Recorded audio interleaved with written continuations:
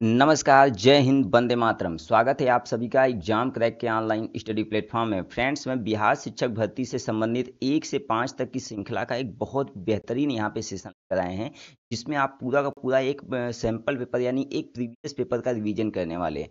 यह परीक्षा आपका कब हुआ था दोस्त? तो यह परीक्षा आपका 24/8/2023 को हुआ था। पहले शिफ्ट का यह पेपर है और ये पुरुष वर्ग का ये आपका पेपर है। तो दोस्त, आपका जो ये पेपर है, इसी प्रकार का पेपर अभी भी आने का चांस, तो आप शुरू से लेकर अंत तक एक बार फुल रिवीजन कर लीजिए। टोटल यहाँ पे जो प्रश्नों की संख्या है मित्र, टोटल प्रश्नों की संख्या कितना है आपका? 120 प्रश्नों की श्रृंखला है विथ डिटेल के साथ। आइए बात करते हैं पहले से।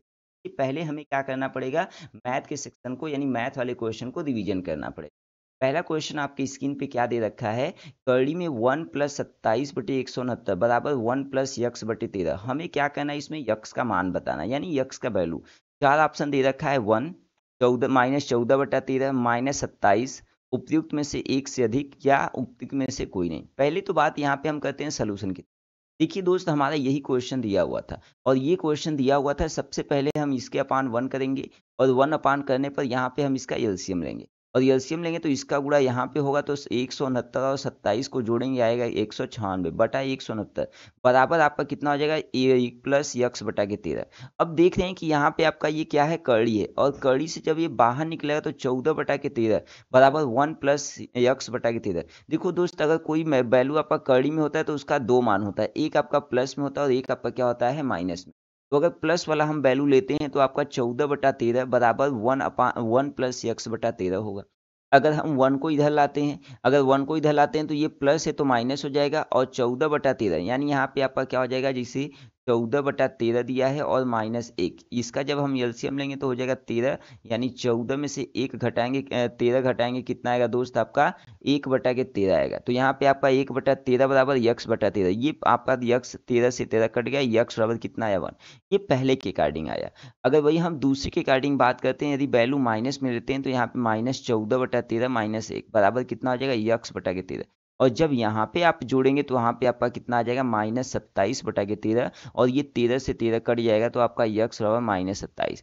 देख रहे हैं, इसका दो आंसर है, एक आपका 1 है और एक आपका -27 है। मतलब आपका यहाँ पे ऑप्शन नंबर यहाँ पे डी बिल्कुल करेक्ट हो जाएगा, यानी आपका मोर than one of the above, मतलब उपयुक्त में से एक से अधिक आंसर आपका करेक्ट हो जाएगा। सेकेंड क्वेश्चन आपके सामने क्या दिया है? आपसे बोला है the radius of A solid sphere, मतलब किसी धातु के एक ठोस गोले की त्रिज्या कितना दे रखा है? 3, और इससे 4 सेमी व्यास का कितना लंबा तार खींचा जा सकता है?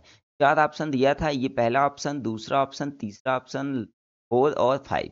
यहाँ पे 5 ऑप्शन दिया है। तो पहली बात तो देखेंगे कि यहाँ पे क्या दिया है दोस्तों। यहाँ पे आपका गोले की त्रिज्या दिया है, गोले की त्रिज्या कितना है? 3, और खींचे गए तार की त्रिज्या कितना है? आपका 4/2 सेमी। अगर यहाँ पे हम भाग दे दें तो आपका कितना आएगा? 2 में। देखिए, यह आपका सेमी में है और यह एमएम में है, तो पहले हम इस सेमी को क्या करेंगे? एमएम को क्या करेंगे बच्चों? यहाँ पे हम सेमी में कन्वर्ट करेंगे और सेमी में कन्वर्ट करने के लिए हम 10 से यहाँ पर डिवाइड कर दें। और जब 10 से डिवाइड करते हैं तो यहाँ पे हम फार्मूला लगा देंगे, किसका फार्मूला लगा देंगे? आयतन का। गोले का आयतन क्या होता है? 4/3 पाई आर क्यू। और बेलन का आयतन, क्योंकि जो तार होता है वह किस आकार का है दोस्त? यह बेलन के आकार का है।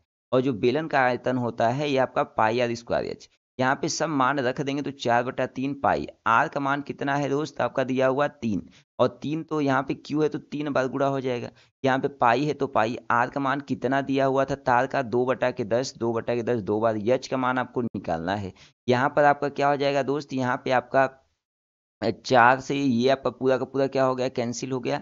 और यहाँ पे आपका 1, 3 से 3 आपका ये क्या हो गया? कैंसिल हो गया। और यहाँ पे आपका पाई से पाई भी क्या हो गया मित्र? कैंसिल हो गया। यहाँ पे आपका बचा है यच। अब यच बचा है, 10 का गुणा 10 में करेंगे 100, और यहाँ पे 3 त्रिक के 9 गुणा कर देंगे, कितना हो जाएगा? 900 सेमी। अब यहाँ पे 900 सेमी हम खोजते हैं, ऑप्शन में क्या कोई दिया है? यहाँ पे देखिए, पहला ऑप्शन क्या दिया था आपका? 8.8 या 8.8, दूसरा 9 मीटर, यानी यहाँ पे दूसरा 9 मीटर में दिया है, लेकिन ये आपका आंसर किस में आया है? सेमी में। तो हम क्या काम करेंगे दोस्त? यहाँ पे हम उस सेमी को मीटर में बदल देंगे। सेमी को मीटर में बदलने के लिए हम 100 से भाग दे देते हैं। इस तरीके से जो हमारा राइट आंसर होगा वो बी वाला ऑप्शन करेक्ट हो जाएगा। दोस्त, यदि आपको ये वीडियो बेहद पसंद आ रहा है तो ईमानदारी से चैनल को सब्सक्राइब कर दीजिए और बेल आइकन को भी ऑन कर दीजिए, क्योंकि मैं इसी तरीके का वीडियो अपने लोगों के लिए लाता रहता हूँ। और अपने और कमेंट बताइए कि आपको यह सेशन कैसा लगा। क्वेश्चन नंबर थर्ड आपके सामने क्या दे रखा है, बोला है कि एक फर्नीचर विक्रेता को 30 कुर्सियों के बेचने पर 6 कुर्सियों के विक्रय मूल्य के बराबर हानि होती है। उसकी प्रतिशत हानि बताना है, यानी हमें क्या करना है, प्रतिशत हानि। देखिए प्रतिशत हानि का जो फार्मूला होता है वह क्या होता है आपका, हानि बटे 30 प्लस यानी विक्रय मूल्य प्लस हानि गुणे 100। तो यहाँ पे आपको हो जाएगा 6/30 में जब 6 जोड़ेंगे तो 36 गुणे 100, यानी यहाँ पे जब इसको हल करेंगे तो कितना हो जाएगा आपका 16 सही 2/3% हो जाएगा। ऑप्शन नंबर जो आपका यहाँ पर सी है बिल्कुल करेक्ट हो जाएगा, यानी ऑप्शन नंबर सी क्या हो जाएगा मित्र, बिल्कुल करेक्ट ऑप्शन हो जाएगा। क्वेश्चन नंबर 4 की तरफ बढ़ते हैं। क्वेश्चन नंबर 4 देखो क्या दिया है, बोला है 2 अंकों की एक संख्या के अंकों का गुणनफल कितना है आपका 36 है। और बोला है यदि संख्या में 45 घटा दिया जाए तो अंक आपस में क्या होते हैं, बदल जाते हैं। और बदल जाते हैं तो वह संख्या क्या है। पहली बात तो आपसे ये बोला है कि 2 अंकों की संख्या, देखिए एक अंकों की संख्या आपका 1 से लेकर 9 तक होती है। 2 अंकों की संख्या जो होती है वो 10 से लेकर 99 तक होती है। और 10 जो आपका है सबसे छोटी 2 अंकों की संख्या है, जो 99 है वो सबसे बड़ी 2 अंकों की। तो पहले हम मान लेते हैं कि माना जो दहाई का अंक है वो क्या है, यक्स है। और जो इकाई का अंक है वो क्या है दोस्त, आपका वाई है। और जब संख्या आप लिखोगे तो आपका हो जाएगा 10 प्लस वाई। क्यों, क्योंकि दहाई हमारा जो सबसे छोटी दहाई की अंक संख्या होती है वो 10 होती है, तो यहाँ पे हो जाएगा 10 इकाई का सबसे छोटी संख्या 1 होता है, तो यहाँ पे आपका हो जाएगा 1 वाई। तो वहाँ पे संख्या आपका क्या हो जाएगा 10 प्लस वाई। यहाँ पे प्रश्न के अनुसार आपसे यही बोल रखा था कि दोनों का गुणनफल यानी यक्स और वाई का गुणनफल कितना दिया है 36। और यहाँ से यक्स का मान निकालेंगे तो वाई को इधर भेज देंगे तो हो जाएगा 36/वाई। और पुनः क्वेश्चन में बोला है कि अगर इनकी संख्या को उलट दिया जाता है, जैसे कि यहाँ पे 10 प्लस वाई उलट दिया जाता है संख्या से, तो ये आपका 45 अधिक हो जाता है। तो 45 ये अधिक हो जाता है, तो इसमें से घटा दीजिए, या तो इसमें आप जोड़ दीजिए या तो इधर घटा दीजिए। जब इसको कैलकुलेट करेंगे यक्स को इधर लाएंगे तो 10 यक्स में से आपका एक यक्स घटेगा 9 यक्स। और यहाँ पे इस साइड आएगा प्लस है तो माइनस, और 10 वाई में से एक वाई घटेगा तो आपका 9 वाई बराबर कितना बच गया 45। ये समीकरण क्या मान लेंगे, यहाँ से 9 क्या करेंगे कॉमन, तो 9 बचे 45, यहाँ पे समीकरण 1 होगा। पहले ही हमने यहाँ पे यक्स का मान निकाला है, तो यक्स के स्थान पे ये मान हम रख देंगे। और जब यक्स के स्थान पे आप 36/वाई रखेंगे माइनस वाई बराबर 5, तो इसका जब एलसीएम लेंगे आप, एलसीएम का मतलब यहाँ पे बटे 1 कर देंगे। और जब बटे 1 करके एलसीएम लेंगे तो यहाँ पे आपका हो जाएगा दोस्त आपका वाई स्क्वायर बराबर 5 वाई। अब हम क्या काम करते हैं, इन दोनों को इस साइड ले जाइए, दोनों को माइनस है तो इधर जाएगा प्लस हो जाएगा। और ये आपका +5 वाई तो +5 वाई, 36 उस साइड जाएगा तो माइनस। इसका फैक्टराइजेशन जब हम करेंगे, गुणनखंड करेंगे, तो ये आपका 36 को 2 भागों में तोड़ेंगे। कितने भागों में दोस्त, 36 को 2 भागों में। गुणा करने पर 36 आना चाहिए, जोड़ने घटाने पर 5 आना चाहिए। तो यहाँ पे हम क्या कर सकते हैं, 9 × 4। देखो यहाँ पे बीच में आपका प्लस है तो यहाँ पे आपका प्लस हो जाएगा और ये क्या हो जाएगा माइनस। और जब इसका गुणनखंड करेंगे तो आपका हो जाएगा Y square plus 9 Y minus 4 Y minus 36। Y दोनों में से कॉमन ले लेंगे तो वाई प्लस 9 बचेगा, -4 कॉमन ले लेंगे तो -4 कॉमन लेंगे तो माइनस का गुणा माइनस होगा, हो जाएगा प्लस, और 4 नवा हो गया 36। ये पूरा ब्रैकेट भी देख रहे हैं सेम सेम कॉमन, तो कॉमन ले लीजिए। यहाँ से बचा वाई, यहाँ से बचा -4। अगर हम पहले इक्वेशन बराबर 0 करते हैं तो 4 को उधर भेजेंगे तो आपका आंसर आ जाएगा 4। पहला क्या आया आपका 4। अगर वाई बराबर भेजते हैं तो आपका कितना आता है दोस्त, आपका यहाँ पे, हाँ यहाँ पे -9। अब यहाँ पे हम क्या काम करते हैं, यहाँ पे पहला काम करते हैं कि यक्स का मान निकालते हैं। और जब यक्स का मान यहाँ पर हम निकालेंगे तो वाई का मान 4 रख देंगे, तो यहाँ पे कितना आएगा मेरे भाइयों, आपका 9 आ जाएगा। अतः संख्या हमने कितना माना था, अतः जो संख्या हमने माना था वह 10 यक्स प्लस वाई। तो इस तरीके से 10 हो जाएगा, और यहाँ पे यक्स के स्थान पे कितना हो जाएगा 9, और प्लस कितना हो जाएगा 4, यानी 10 9 90, और 90 और 4 कितना हो जाएगा 94। मतलब इसका 94 करेक्ट आंसर हो जाएगा। यानी जो ऑप्शन नंबर यहाँ पर क्या है दोस्त, यानी ऑप्शन नंबर यहाँ पे ई, मतलब कोई भी ऑप्शन नहीं दिया है, मतलब आपका ऑप्शन नंबर ई सही है। दोस्त एक बार ईमानदारी से, यदि आपको ये सेशन पसंद आ रहा है तो ईमानदारी से चैनल को सब्सक्राइब कर दीजिए और बेल आइकन को भी ऑन कर दीजिए। मैं इसी तरीके का रोज वीडियो आप लोगों के लिए लाता रहता हूँ। क्वेश्चन पहला दिया है कि यदि a + b + c = 0 है तो हमें a² / bc, b² / ca और c² / ab का मान क्या करना है, ज्ञात करना है। आइए, इसका ऑप्शन दिया है 1 2 3 और 1 या 1 से अधिक, और नन ऑफ दीज इसमें से क्या। तो पहले क्या दिया है, तो आपका दिए रखा है आपका a + b + c = 0 दे रखा है। तो हमें इसका मान ज्ञात करना है। हम इसका क्या काम करते हैं, एलसीएम ले लेते हैं। और जब इसका एलसीएम लेंगे तो हो जाएगा a b c, और यहाँ पे हो जाएगा a³ + b³ + c बराबर यहाँ पे कितना हो जाएगा दोस्त आपका 3ABC बटे कितना हो जाएगा ABC। देखिए यहाँ पे आपका a cube plus b cube plus c cube आपका दिया है, तो एक फार्मूला आपका होता है, यहाँ पे फार्मूला नहीं दिया है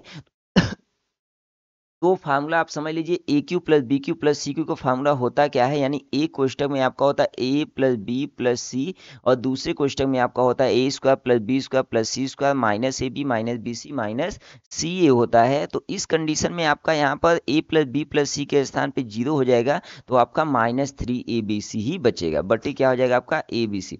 ABC से ABC कट गया, आपका आंसर कितना आया 3, यानी ऑप्शन नंबर जो है यहाँ पर सी दिया है वो बिल्कुल करेक्ट। नेक्स्ट क्वेश्चन आपके सामने क्या दिया है, बोला है कि द सोल्यूशन ऑफ, यानी 4 के पावर यक्स प्लस 1 प्लस 4 के पावर 1 माइनस यक्स बराबर 10 को हल कीजिए। और इसका हल क्या है, -1/2, 1/2, 0, उपयुक्त में से एक से अधिक या नन ऑफ दीज मतलब उपयुक्त में से कोई। इसका पहले आंसर देखते हैं। एक चीज और समझना, हमको अच्छी तरह से पता है, जैसे मान लीजिए अगर आपका यक्स प्लस 1 हो पावर, तो यहाँ पे आपका यहाँ पे यक्स मान लो यहाँ पे 2 + 1 हो, तो इसे हम क्या लिख सकते हैं, यक्स के पावर 2, यानी यक्स के पावर 2 गुणे यक्स के पावर 1, इस तरह से लिख सकते हैं। तो इसी तरीके से आपका 4 के पावर यक्स प्लस 1 है और 4 के पावर 1 माइनस एक्स, तो यहाँ पे विकल्पों में से देखिए इसको बहुत सारे तरीकों से हल किया जा सकता है। पहली बात तो या तो आप इसको इस तरह से हल कर सकते हैं, यानी आप यहाँ पे क्या कर सकते हैं दोस्त, 4 के पावर यक्स इंटू 4 के पावर 1 करिए, प्लस यहाँ पे कितना हो जाएगा 4 के पावर 1 इंटू 4 के पावर माइनस यक्स करिए, बराबर कितना हो जाएगा 10। या तो ये तरीका अपना ही कर सकते हैं, या तो डायरेक्ट विकल्पों में मान रख के हल कर सकते हैं। तो यहाँ पे विकल्पों में मान रख के हल किया है, यानी यक्स के स्थान पे डायरेक्ट हम बात करते हैं पहला वाला वैल्यू रख, यानी पहला ऑप्शन क्या दिया था 1/2, तो यहाँ पे 1/2 हम रखते हैं, तो यहाँ पे 4 है तो 4 यक्स के स्थान पे 1/2 प्लस 1, इसी तरह यहाँ पर भी। और जब इसको हल करें तो 2 1 कम 2, यहाँ पे हो जाएगा कितना 3/2 और यहाँ पे हो जाएगा कितना दोस्त आपका 4 के पावर 1/2। हम जानते हैं अच्छी तरह से कि अगर यह आपका पावर क्या होता है मित्र, यदि आपका ये दोनों इसको भी पहले हम सेम सेम बदल देते हैं, तो यहाँ पे 2 के पावर 4 को क्या लिख सकते हैं 2 का स्क्वायर, ये 2 से 2 कट गया, 2 के पावर 3 बचा, यहाँ पे 2 से 2 कट गया 2 के पावर 1, यहाँ पे 2 के पावर 3 का मतलब 8 और ये 2, 2 और 8 कितना हो गया 10। पहला वाला ऑप्शन क्या है सही है, पहला वाला ऑप्शन सही है, मतलब आपको पहला तो चेक हो गया। अगर हम दूसरा चेक करते हैं -1/2, सेम वही वाला प्रोसीजर अप्लाई करते हैं, तो हमने यह भी देखा कि दूसरा वाला ऑप्शन भी आपका सही हो रहा है, यानी आपका दूसरा ऑप्शन भी सही, मतलब इसका जो आंसर होगा वह 2 1 या 1 से अधिक, ऑप्शन नंबर डी क्या होगा बिल्कुल करेक्ट हो जाएगा। क्वेश्चन नंबर 7 क्या दिया है, बोला है कि यक्स³ -3x² प्लस यक्स प्लस 2 को एक बहुपद, क्या बहुपद है, g(x) से विभाजित करने पर भागफल और शेषफल क्रमशः कितना बचता है, x² माइनस एक्स प्लस 1 और -2x प्लस 4, तो gx का मान हमें ज्ञात करना। पहला ऑप्शन क्या दिया है x-2, दूसरा x² प्लस एक्स प्लस 1, तीसरा आपका x² माइनस और आपका उपयुक्त में से एक से अधिक, लास्ट क्या दिया है उपयुक्त में से। पहली बात तो हम यहाँ पर देखें, एक आपका क्या है भाज्य दिया है, भाज्य का मतलब होता है जिसमें आपका भाग दिया जाता है, यानी जैसे यहाँ पे आप देख रहे हैं, यहाँ पर देख रहे हैं तो ये वाला वैल्यू होता है ये भाज्य होता है, और जो ये वाला वैल्यू होता है वो आपका भागफल होता है, इससे हम भाग देते हैं भाजक कहलाता है, और आपका बचता है वो होता है। तो भाज्य दिया था कितना x³ -3x² plus x plus 2 और भागफल दिया हुआ कितना x² माइनस एक्स प्लस 1, शेषफल कितना दे रखा है -2x प्लस 4, तो हमें भाजक का मान क्या करना है ज्ञात करना है। अब यहाँ पे एक फार्मूला आपका होता है, और वह फार्मूला क्या होता है कि भाज्य बराबर भाजक गुणे भागफल प्लस शेषफल, और यहाँ पे देखिए अलग अलग मान रखे, यहाँ पे भी ऑप्शन से आपका आंसर किया है, ऑप्शन से आंसर किया है कि यहाँ पे x-2 ले लिया, यानी x-2 ले लिया दोस्त। अगर आप यहाँ पे डायरेक्ट इस फॉर्मूला में भी रख के सॉल्व करते तब भी आंसर आता, और इससे भी आप कर सकते हैं, यानी यहाँ पे डायरेक्ट ऑप्शन लिया है कि x-2 बराबर 0, तो x का बाद कितना हो जाएगा 2। भाज्य के स्थान पे यदि 2 रखते हैं तो यहाँ पे 2 का क्यू होगा, यहाँ पे 3 यक्स के स्थान पे 2 हो जाएगा और प्लस 2, 2 का क्यू करेंगे 8 आएगा, और 2 दूनी 4 3 12 प्लस 4, यहाँ पे देखो 8 4 12 और 12 में से 12 घटेगा आपका 0 आएगा। भागफल की बात करते हैं तो यहाँ पर भी जब मान रखते हैं तो उसका मान कितना आता है भाई आपका 1 आता है, और इसी प्रकार से बात करेंगे, और जब यहाँ पे इस फॉर्मूला में रखेंगे तो देख रहे हैं आपका आरएचएस और एलएचएस दोनों इक्वल है, मतलब ऑप्शन नंबर ए क्या हो जाएगा आपका बिल्कुल करेक्ट आंसर हो जाएगा। लेकिन मैं आपको यही सजेस्ट करूंगा कि टाइम बचाने के लिए आप वह वाला मेथड अप्लाई करना, डायरेक्ट आप इस पर वैल्यू रखना और वैल्यू रख के उसको कैलकुलेट कर दें। क्वेश्चन नंबर 8 क्या दिया है आपसे, बोला कि एक खिलौना एक शंकु के आकार का है, यानी जो बर्थडे में सबको जोकर बनाया जाता है वो शंकु होता है, जिससे जोकर बनाया जाता है वो दोस्त क्या होता है, शंकु। जो 7 सेमी व्यास वाले एक अर्ध गोले पर चढ़ा हुआ है और खिलौने की कुल ऊंचाई कितना दे रखा है, 14.5 सेमी। तो खिलौने का आयतन बताना है, हमें क्या करना है, खिलौने का आयतन बताना है। चारों ऑप्शन दिया हुआ है। पहले तो हम बात करते हैं कि खिलौने का आयतन टोटल है कितना। देखिए खिलौना जो आपका है वो दो लोगों से बना है, एक आपका नीचे वाला जो पोर्शन है अर्ध गोला है और ऊपर वाला पोर्शन क्या है, शंकु है। अर्ध गोले का आयतन हमको पता है 2/3 पाई आर क्यू, और शंकु का आयतन क्या होता है, 1/3 पाई आर स्क्वायर एच। यदि हम यहाँ पे मान रखते हैं पाई, आर का मान कितना दे रखा है 3.5, तो यहाँ पे 3.5 पावर 3 है तो 3, और यहाँ पे आपका 1/3 पाई, और यच का मान कितना दे रखा है आपका 11, और आर का मान कितना दिया था 3.5, और जब इसको हल करेंगे तो आपका 231 का राइट आंसर आएगा। इसको कैलकुलेट करेंगे कितना आएगा भाई, 231 इसका राइट आंसर आएगा। मतलब यहाँ पे ऑप्शन नंबर ए बिल्कुल करेक्ट हो जाएगा। ऑप्शन नंबर ए क्या हो जाएगा, बिल्कुल करेक्ट आंसर। क्वेश्चन नंबर 9 क्या दिया है, बोला कि किस क्लब में सभी सदस्य या तंबोला या रस्सी में भाग लेते हैं, और 320 रस्सी में भाग लेते हैं, 350 तंबोला में भाग लेते हैं और 220 दोनों में भाग लेते हैं, तो क्लब में कितने सदस्य। पहली बात तो यहाँ पे एक हम सर्कल खींचेंगे तंबोला का, एक हम सर्कल खींचेंगे रस्सी का, और इसके बीच में जो सर्कल है यानी दोनों पार्टिसिपेट करते हैं, तो कितना है आपका 220। देखिए 130 आपका तंबोला में है और 100 किस में है, रस्सी में है, और जो 220 है ये उभयनिष्ठ हैं, तो हम सबको जोड़ देंगे। जब यहाँ पे सबको जोड़ेंगे तो 450 इसका राइट आंसर होगा, यानी जो ऑप्शन नंबर सी है बिल्कुल करेक्ट ऑप्शन हो।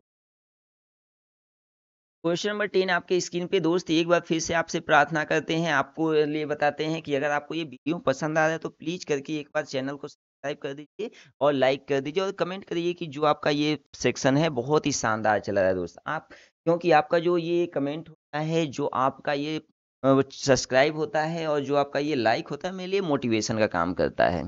बोला है आपसे क्या कि 2 वर्ष पहले एक ही आयु वर्षों के व्युत्क्रम और अब के 2 वर्ष बाद उनकी आयु के व्युत्क्रम का योग कितना है, 2/3। एक ही आयु आयु हमें ज्ञात करना है। यानी यहाँ पे दो लोग हैं। पहली बात तो आपसे बोला है कि हम मान लेते हैं कि माना एक का उम्र कितना है, यक। 2 वर्ष पहले की बात करेंगे तो आपका माइनस घट जाएगा, अगर 2 वर्ष बाद की बात करते हैं तो आपका जुड़ जाएगा। व्युत्क्रम का उल्टा, जैसे यहाँ पे आपका यक्स दिया है, अगर यक्स का है तो इसका व्युत्क्रम क्या होगा, एक। प्रश्नानुसार बोला है कि दोनों के व्युत्क्रम का योग, यानी 1/(x+−2) और 1/(x+2) का व्युत्क्रम कितना हो जाएगा दोस्त, आपका 2। और जब एलसीएम लेंगे तो आपका बन जाएगा फॉर्मूला a-b और a-b का मान है 2, 2 का स्क्वायर, एक गुणा होगा एक में x+2 का गुणा होगा तो x-, यहाँ पे 2 आपका 2 गया, और यहाँ पे आपका बच गया कितना, 2x/(x²-4), 2 से 2 भी कट जाएगा, और यहाँ पे जब हम क्रॉस मल्टीप्लीकेशन करेंगे तो x² - और इसको जब हम तोड़ेंगे, इसका गुणनखंड करेंगे तो 4 को 2 भागों में तोड़, 4 × 1, और जब 4 × 1 में तोड़ते हैं यहाँ पर तो यहाँ पे ये माइनस हो जाएगा, ये प्लस, क्योंकि यहाँ पे आपका माइनस है। और यहाँ पे कॉमन लेंगे और कॉमन लेकर जब इसको हल करेंगे तो आपका 2 आंसर आएगा, एक आपका आ जाएगा -4 और दूसरा आपका आ जाएगा -1। तो माइनस वाला वैल्यू उसको क्यों नहीं लेंगे, क्योंकि किसी व्यक्ति का जो होता है कभी भी ऋणात्मक। ऑप्शन नंबर कितना होगा, 4 वर्ष। क्वेश्चन नंबर 11 आपके दे रखा है, बोला है का एक अनूठा है।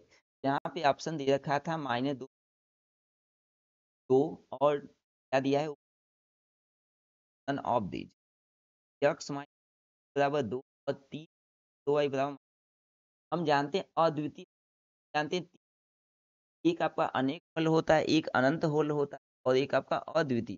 देखिए अनेक हल में आपका क्या होता है, a1/a2 बराबर b/b बराबर c/c, और अनंत कोई हल नहीं है कि ये नहीं होता है, a1/a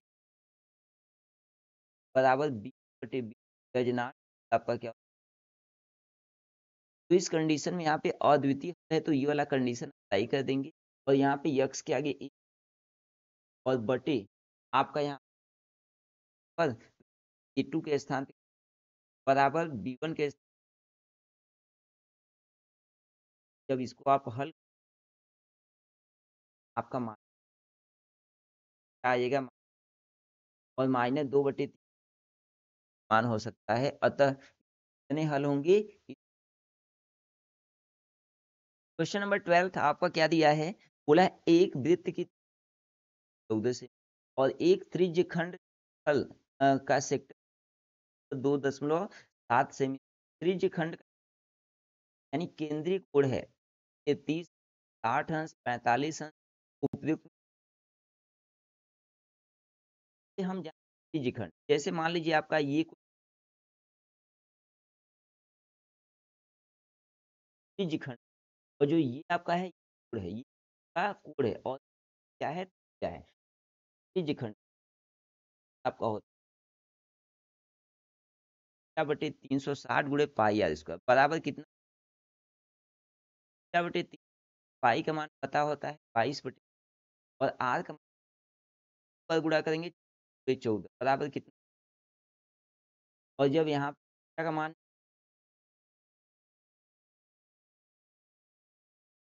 और यहाँ 8 उधर उधर बाद इसको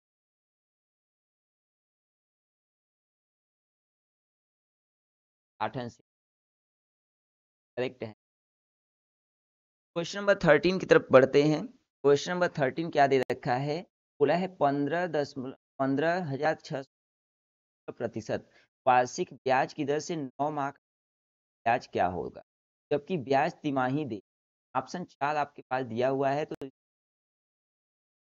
बात करेंगे मूल कितना, कुल धन कितना 1,600 और किस दर से दिया गया है, प्रतिशत वार्षिक 16% बाद है, और 3 महीने का बात करेंगे तो और कितना, अब समय, अब यहाँ कहाँ काम तो आपका है ब्रैकेट में 1+r/, तो आपका यहाँ यानी जो आपका क्या दिया है मिश्र धन बराबर मूल धन कितना है 15,625, 1+r का मान कितना निकाल लिए हैं 4 बटे समय कितना दिया है 3 वर्ष, और जब इसको कैलकुलेट करेंगे तो आपका कितना आएगा 17,576 आएगा। ऑप्शन नंबर यहाँ पर जो बी होगा बिल्कुल करेक्ट हो जाएगा, यहाँ पे ऑप्शन नंबर बी क्या हो जाएगा दोस्त आपका बिल्कुल करेक्ट हो जाएगा। अभी इसमें थोड़ा सा बचा हुआ है, अभी हमें चक्रवृद्धि ब्याज निकालना है, तो हम मूलधन में से क्या करेंगे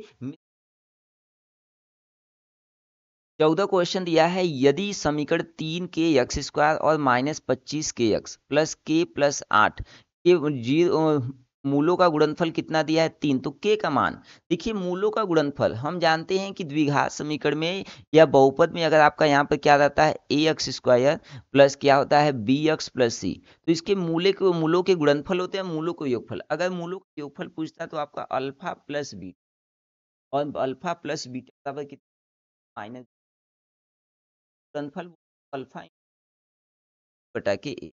अब यहाँ पे अल्फा इंटू बीटा, अब यहाँ पे क्या दिया है दोस्त आपका अल्फा इंटू बीटा, बोला है कि दोनों का गुणनफल आपका,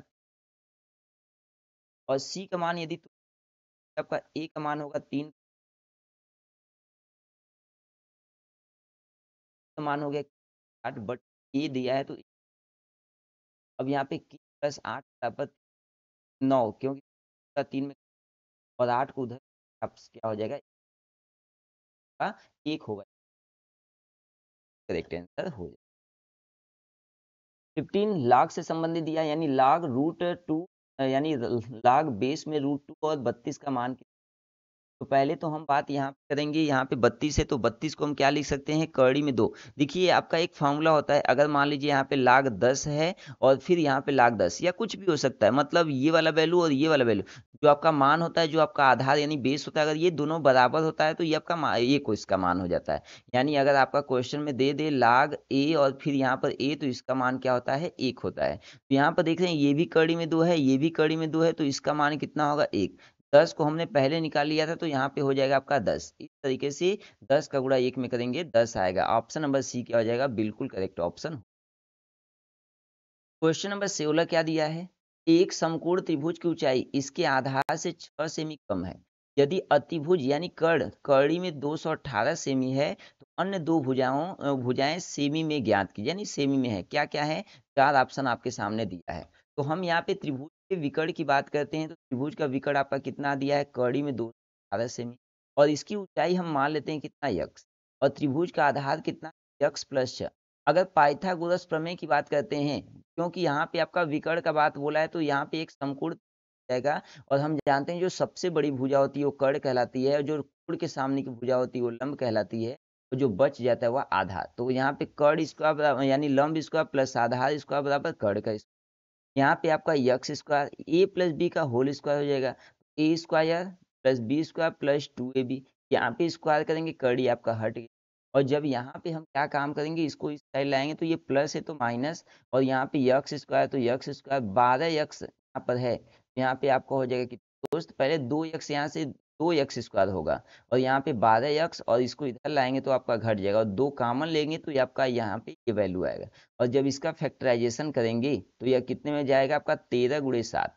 यहाँ पे प्लस है तो 13 प्लस होगा, 7 माइनस होगा। यहाँ पे कॉमन लेकर इसको जब हल करेंगे तो यक्स का मान कितना आएगा? आपका 7 और माइनस 13। लेकिन हमें क्या बताना है? त्रिभुज की ऊंचाई बताना। तो त्रिभुज की जो ऊंचाई है, ऊंचाई आया है कितना? आया है 7। अगर आधार की बात बोलेगा तो आधार कितना माने थे? यक्स प्लस है, यानी जोड़ देंगे तो आंसर कितना आएगा? आपका 13 आ जाएगा। क्वेश्चन नंबर 17 क्या दिया है आपसे? बोला है यहाँ पर कि विद्युत विभव को मापने के लिए किस उपकरण का उपयोग किया जाता है, यानी विद्युत विभव को मापने के लिए किस उपकरण का उपयोग किया जाता है। तो यहाँ पे विद्युत जो विभव है उसका उपयोग करने के लिए हम किसका किसका यूज करते हैं? पोटेंशियोमीटर का भी यूज करते हैं, गैल्वेनोमीटर का भी यूज करते हैं, और वोल्ट मीटर का भी यूज करते हैं। ऑप्शन नंबर डी जो होगा उस बिल्कुल करेक्ट ऑप्शन हो जाएगा। यानी जो विद्युत विभव है वो वोल्ट मीटर और गैल्वेनोमीटर दोनों द्वारा मापा जाता है, इसलिए राइट आंसर दोस्त आपका डी हो जाएगा। क्वेश्चन नंबर 18 क्या दिया है कि चुंबकीय क्षेत्र है, यानी जो चुंबकीय क्षेत्र है वो कैसी राशि है? अदिश राशि, सदिश राशि, आयाम रहित मात्रा, उपयुक्त में से एक या उपयुक्त। देखिए अदिश राशि होता क्या है? अदिश राशि का मतलब होता है जिसे व्यक्त करने के लिए परिमाण की आवश्यकता का नहीं। जैसे मान लीजिए अगर बात किया जाता है ऊर्जा का, देखिए किसी आप किसी समय डायरेक्शन में घड़ी को टांग दीजिए, समय बताएगा, तो जो समय होता है सदिश राशि है। लेकिन बल की बात बोलेगा तो बल आपका सदिश राशि है। तो व्यक्त करने के लिए दिशा की आवश्यकता होती है वो क्या होता है? और जिसे दिशा की आवश्यकता नहीं होती वो आपका अदिश। बोला है कि जो चुंबकीय क्षेत्र है तो चुंबकीय क्षेत्र आपका क्या है? अदिश राशि है। क्यों अदिश राशि सदिश राशि है? क्योंकि आपका यहाँ पे जो बल रेखाएं होती है वो हमेशा उत्तरी से दक्षिणी ध्रुव की ओर चलती हैं, तो ये चलने की हो गई दिशा की आवश्यकता। और भी बहुत सारे यहाँ पे वैल्यू हैं, जैसे आपका विस्थापन हो गया, त्वरण हो गया, ये सब के सब संवेग हो गया, और आपका बहुत सारे वैल्यू हैं जो आपका सदिश राशि के अंतर्गत आता है। नेक्स्ट क्वेश्चन, एक व्यक्ति पृथ्वी पर अधिक भार किस स्थिति में ढकेल सकता है? यानी कोई व्यक्ति है पृथ्वी पर अधिक भार किस स्थिति में? बैठने की स्थिति में कतई नहीं होगा, खड़े होने की स्थिति में बिल्कुल करेक्ट। यानी जब खड़े होंगे तो वहां पे उस कंडीशन में दाब क्या होगा? अधिक लगेगा, और क्रिया प्रतिक्रिया का बल भी अधिक लगेगा, तो वहां पे बल अधिक लगेगा। प्रिज्म से गुजरने वाले सबसे अधिक अपवर्तित होने वाला रंगीन प्रकाश है। जैसे आपका ये मान लीजिए क्या है दोस्त? आपका प्रिज्म है, और प्रिज्म जैसे जब श्वेत किरणों को हम भेजते हैं तो ये 7 रंग में विभाजित होता है। जो सबसे नीचे वाला कलर होता है बैगनी, यानी बैजनी है पिनारा। सबसे नीचे आपका क्या होता है? बैगनी होता है। सबसे ऊपर क्या होता है दोस्त? आपका लाल होता है। तो बोला है कि सबसे अधिक अपवर्तित होने वाला रंगीन, अधिक अपवर्तित है आपका बैगनी कलर, यानी है। और यहाँ पे जो बैंगनी रंग की प्रकाश तरंगदैर्घ्य होती है वो सबसे कम होती है, और बैंगनी रंग की जो प्रकाश की आवृत्ति है वो सबसे अधिक होती है, जबकि इसकी गति प्रिज्म में क्या होती है? न्यूनतम होती है। अगर बात किया जाता है कि बैंगनी प्रकाश की गति न्यूनतम होने पर प्रिज्म के कोणीय किनारे प्रकाश के प्रिज्म बाहर निकलने पर और भी अधिक मोड़ने पर क्या होते हैं? कारण बनाते हैं। क्वेश्चन नंबर 21 क्या दिया है आपसे? बोला है कि मिट्टी के तेल के बर्तन में बर्फ का एक टुकड़ा डाला जाता है, बर्फ के पिघलने में मिट्टी के तेल का सतह क्या होगा? उठेगा, गिरेगा, वैसा ही रहेगा, उपयुक्त में से एक से अधिक, या नन ऑफ दीज, इसमें से कोई नहीं। तो यहाँ पे ऑप्शन नंबर जो बी होगा वह क्या होगा दोस्त? बिल्कुल करेक्ट होगा। क्यों करेक्ट होगा? क्योंकि आपका जो पानी और मिट्टी का तेल है वो प्रकृति के पदार्थ हैं। यानी अमिश्रित का मतलब ये एक दूसरे से घुलते नहीं है। अगर घुलते तो उसका जो लेयर होता वो वही बना रहता, लेकिन यहाँ पे घुलते नहीं है, तो इसलिए वहां पर ठोस का जो आयतन होगा वो बढ़ जाएगा, और जब बढ़ जाएगा तो वहां पे पानी का सतह होगा बढ़ जाएगा। क्वेश्चन नंबर 22, निम्नलिखित में से किसका पीएच मान 7 से अधिक होता है? गैस्ट्रिक जूस, रक्त प्लाजा, सिरका, उपयुक्त में से एक से अधिक या उपयुक्त में से कोई नहीं। तो ऑप्शन नंबर बी क्या हो जाएगा? बिल्कुल करेक्ट आंसर हो जाएगा। यानी मानव रक्त का जो प्लाज्मा है, यानी जो पीएच मान है वो 7 से क्या होता है? अधिक होता है। और पानी में घुलनशील पदार्थों का जो अम्लता या क्षारीयता है वो मापने का पीएच मान क्या कहलाता है? कहलाता है। एक सामान्य नेत्र का नाभिक दूरी, यानी एक सामान्य नेत्र का जो नाभिक दूरी होता है वह कितना होता है? तो वह कितना होता है? तो वह 2 से सेमी से 2, यानी कितना होता है दोस्त आपका? 2 सेमी होता है। अगर बोलता है कि निकट, यानी मनुष्य के नेत्र का सबसे निकट दृष्टि कितना होता है, तो आपका ऑप्शन क्या होता है? 25। अगर बोलता है कि मनुष्य के नेत्र का अधिकतम दूरी कितना होता है, तो आपका कितना हो जाता है? आपका अनंत हो जाता है। 24 क्वेश्चन, शुष्क बुझे हुए चूने पर क्लोरीन गैस की क्रिया से कौन सा पदार्थ बनता है? तो ऑप्शन नंबर यहाँ पर क्या दिया है? कैल्शियम क्लोराइड, विरंजक चूर्ण, हाइड्रोक्लोरिक अम्ल, उपयुक्त में से एक से अधिक या उपयुक्त में से कोई नहीं। तो ऑप्शन नंबर जो यहाँ पे होगा, ऑप्शन नंबर बी बिल्कुल करेक्ट हो जाएगा। यानी शुष्क बुझे हुए चूने, यानी CaOH ट्वाइस, जो क्लोरीन गैस Cl2 की क्रिया कराने पर क्या करता है? विरंजक चूर्ण का निर्माण करता है। 25 क्वेश्चन स्क्रीन पे क्या दिया है? माता पिता से संतति में लक्षणों के पहुंचने की प्रक्रिया को क्या कहते हैं? तो सभी तक टाइम नहीं की, ईमानदारी से चैनल को सब्सक्राइब कर लीजिए, क्योंकि मैं आप लोगों के लिए डेली इसी तरह बेहतरीन कंटेंट लाता रहूंगा। जितना भी आपका पेपर अब तक हुआ है, पूरा का पूरा प्रीवियस पेपर आप लोगों को हम सॉल्व करवा देंगे। अब इसके बाद जो आपका होगा शिफ्ट 2 वाला आपका पेपर का रिवीजन होगा। अगर आपका ये प्यार मिला, अगर आपका यह विश्वास मिला, तो मैं सेकेंड शिफ्ट का भी पेपर जरूर यहाँ पर रिवाइज करवाऊंगा।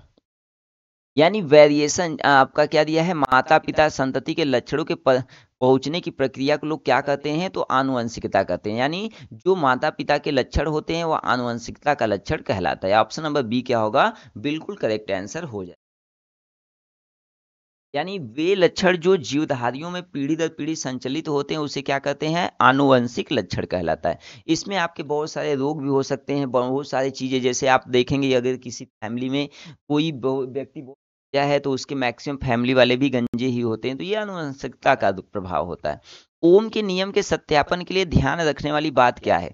ओम का नियम कहता क्या है? ओम यही कहते हैं कि अगर कोई परिपथ है और उसमें धारा प्रवाहित करते हैं तो किसी भी स्थान पे धारा का मान कम नहीं होगा, but it is not possible. आप काम करें, आपका एनर्जी खत्म ना हो, ये हो नहीं सकता, लेकिन ये कल्पना किया गया था। तो कल्पना किया गया था, तो यहाँ पे ऑप्शन नंबर बी क्या हो जाएगा? बिल्कुल करेक्ट। यानी ए मीटर को श्रेणी क्रम में और वोल्ट मीटर को समांतर क्रम में जोड़ा जाना चाहिए। जो एम्पियर मीटर होता है हमेशा श्रेणी क्रम में जुड़ता है, और जो वोल्ट मीटर होता है हमेशा समांतर क्रम में।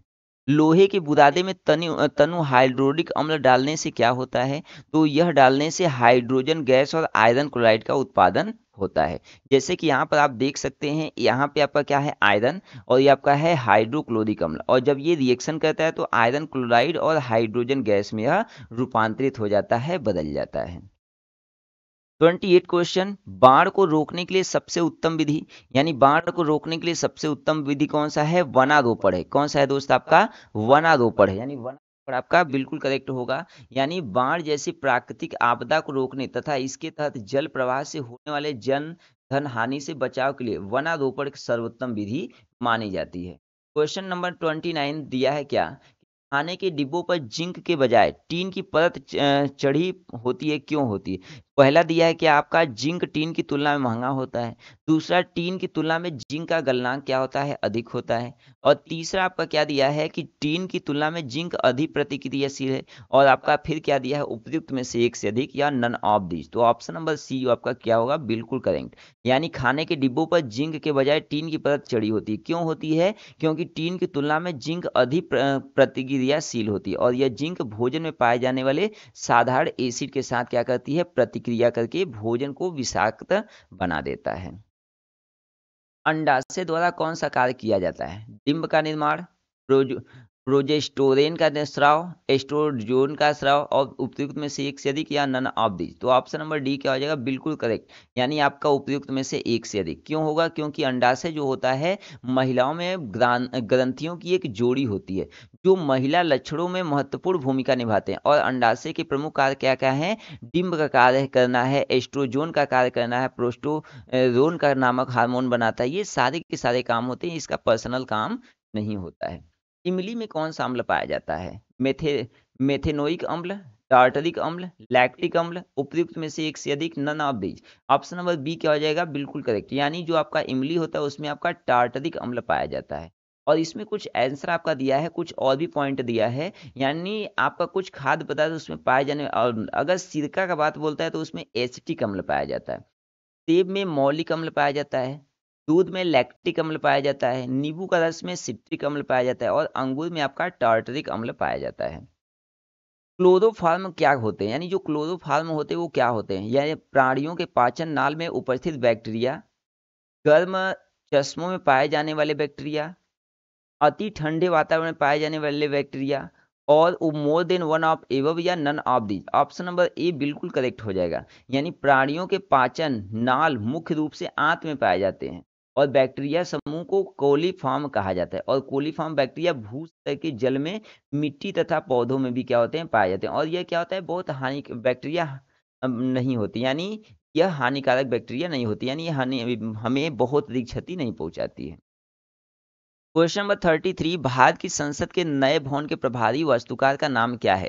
कौन है? तो आपका यहाँ पे पद्मश्री बिमल पटेल इसका राइट आंसर हो जाएगा। क्या हो जाएगा दोस्त? आपका पद्मश्री। और भारत के नए संसद भवन की आधारशिला प्रधानमंत्री मोदी ने कब रखे थे? 10 दिसंबर 2020। ये तो करेंट अफेयर्स का क्वेश्चन है, आपको अब लेटेस्ट करेंट अफेयर्स पढ़ना होगा।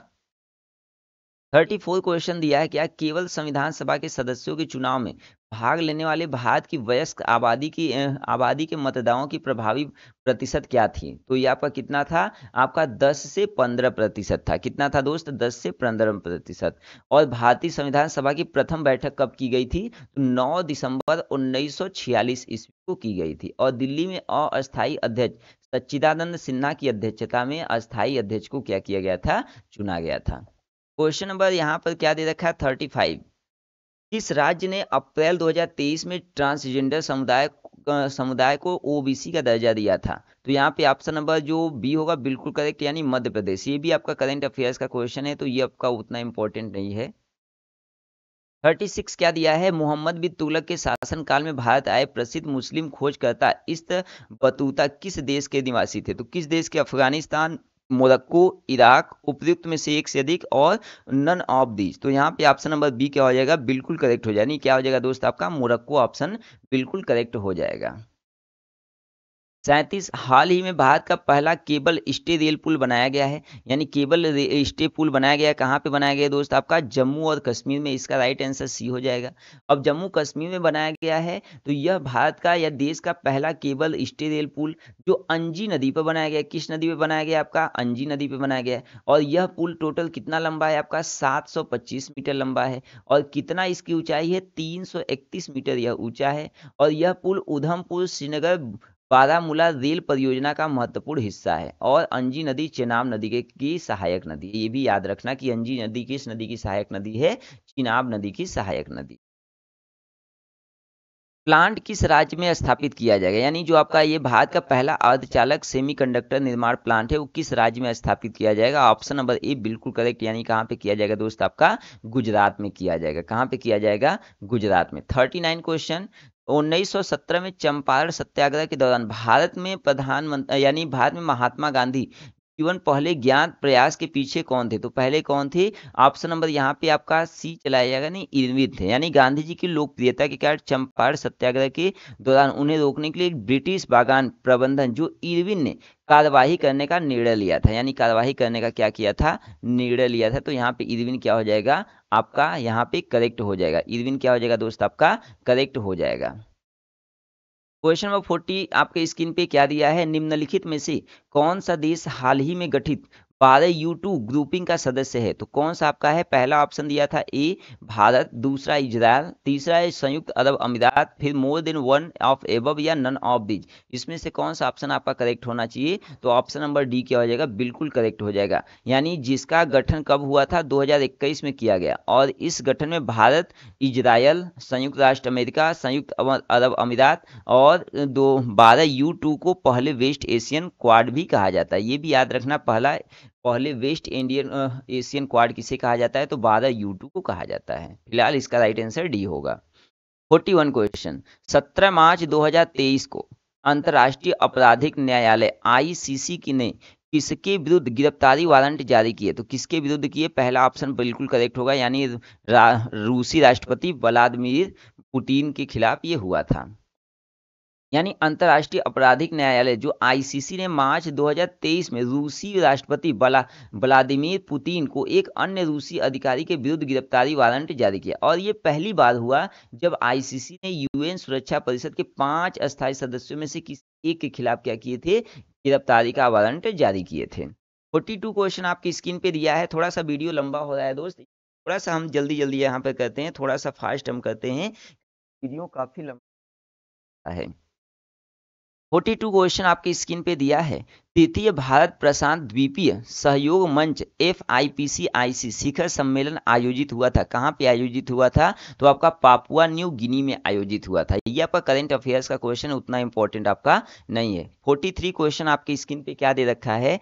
बोला है कि रावण विल्सन किस शहर के पहले अश्वेत न्यायाधीश नियुक्त किए गए थे? यानी अश्वेत का मतलब काले रंग के व्यक्ति होते हैं, तो रावण जो विल्सन है वो अश्वेत रंग के थे, काले रंग के थे। और किस देश के पहले न्यायाधीश बने? तो किस देश के बने थे? न्यूयॉर्क। यानी न्यूयॉर्क इसका ऑप्शन क्या हो जाएगा? बिल्कुल करेक्ट हो जाएगा।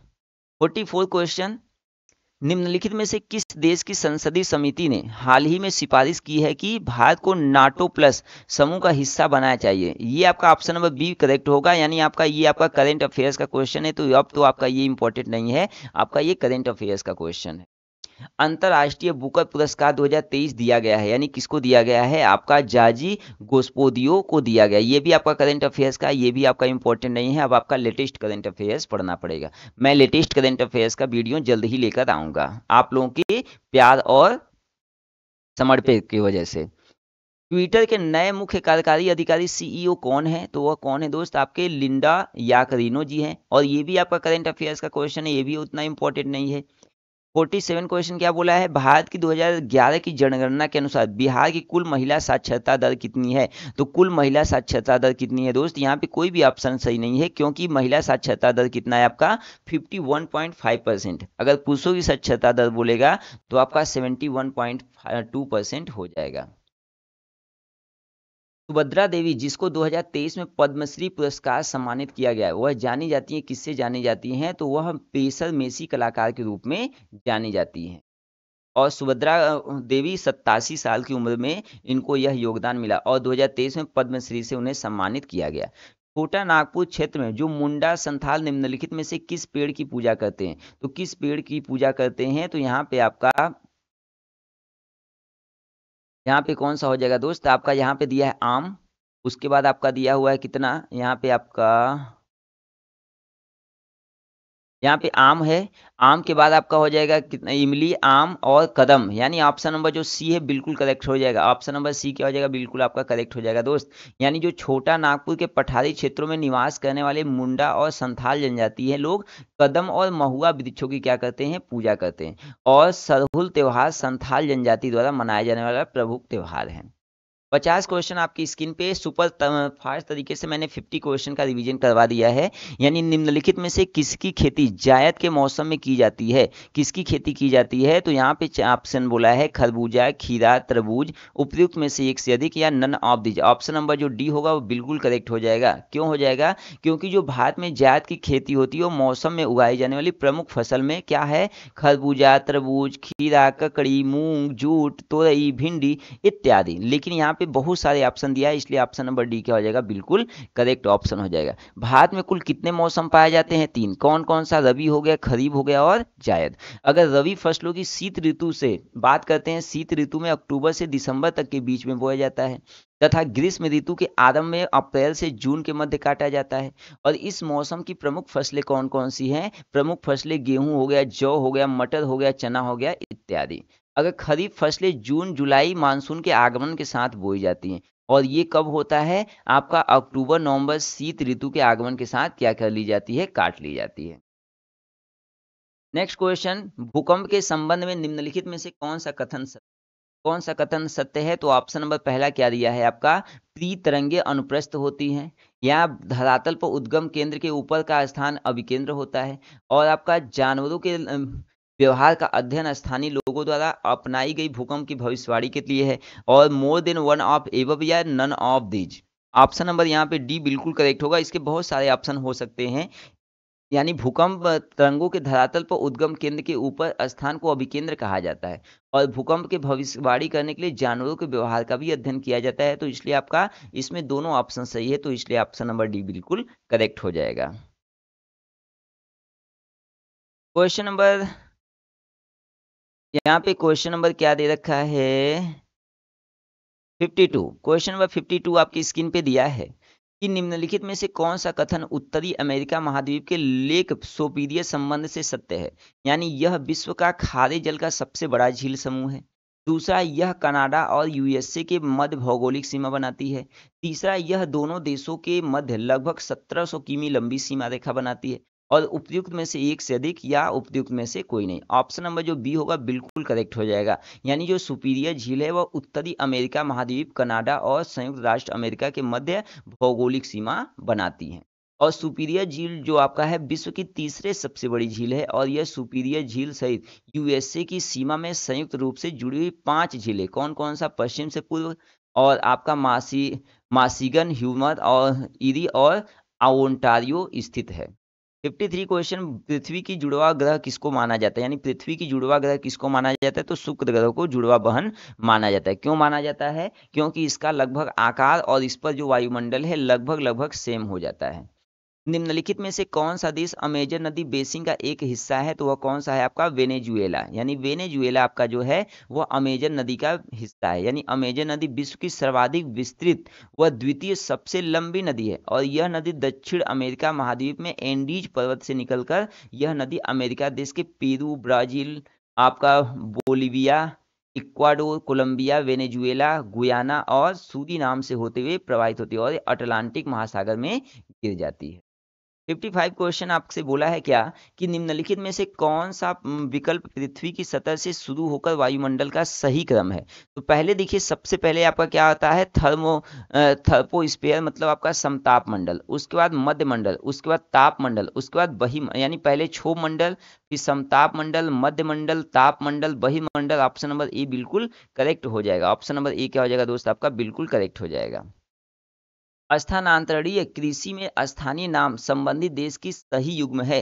क्या सही युग्म है, यहाँ पे आपका ऑप्शन दे रखा था, तो यहाँ पे ऑप्शन क्या हो जाएगा दोस्त, आपका सी। ऑप्शन नंबर सी बिल्कुल करेक्ट हो जाएगा। ऑप्शन नंबर सी क्या हो जाएगा, बिल्कुल करेक्ट। यानी स्थानांतरित अथवा झूमिंग खेती को मलेशिया और जावा में लदांग नाम से जाना जाता है, और इसी श्रीलंका में चेन्ना, मैक्सिको में मिल्पा या कोनिल कोन, आइलैंड में तमदाई से जाना जाता है।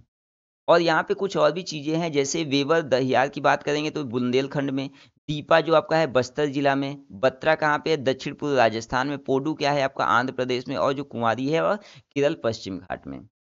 नेक्स्ट आपका क्वेश्चन दिया है, यदि ग्रीनविच में दोपहर के 12 बजे हैं, तो ग्रीनविच के 30 अंश पूर्व में क्या समय होगा, तो 2 PM दोपहर से, यानी कितना होगा, तो ऑप्शन नंबर ए क्या होगा, बिल्कुल करेक्ट, यानी दोपहर 2 बजे से होगा। क्या होगा दोस्त, आपका दोपहर 2 बजे से होगा।